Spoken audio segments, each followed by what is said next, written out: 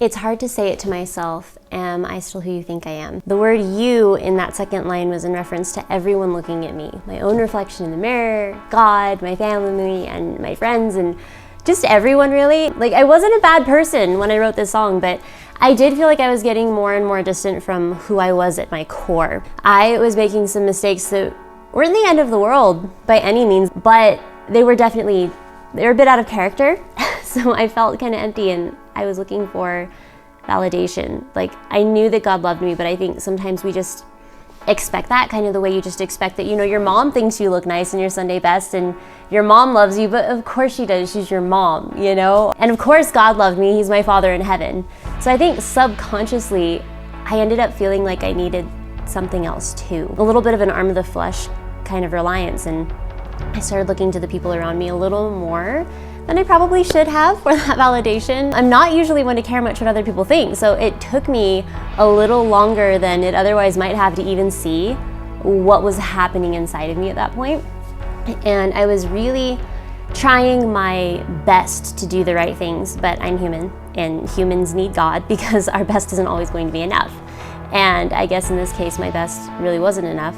So I eventually hit a point where I was just tired of trying so hard to feel like I was smart enough or funny enough or pretty enough and just worth being loved by other people in general.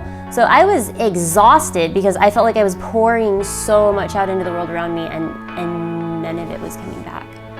And I remember one day I just had this hole inside, and I was just hurting a lot, and I kind of hit rock bottom and got into a heated situation with someone who I felt should have been treating me better, and we had been going in circles over this for years, and like a can under pressure, I lashed out pretty badly in a way I never had before, and it was so unlike me to behave that way.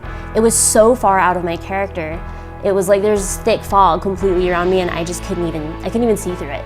And so that person left the room, and as I was standing there alone, this voice that was definitely not my own just cut right through the fog and pierced me in my core, and it said, "This isn't you." And the voice was so gentle. It wasn't like I was being reprimanded or yelled at. It was like I was actually being comforted. Like I was being gifted a special moment of insight into my true identity as a person and as a daughter of God. Like, he knew all along that this wasn't me. This behavior it really was out of character. And he wanted me to know in my moment of questioning myself who I really was. I remember after that happened, I got on my knees, and I mustered everything I could to just squeeze out like the smallest, simplest prayer. When that happened, I finally felt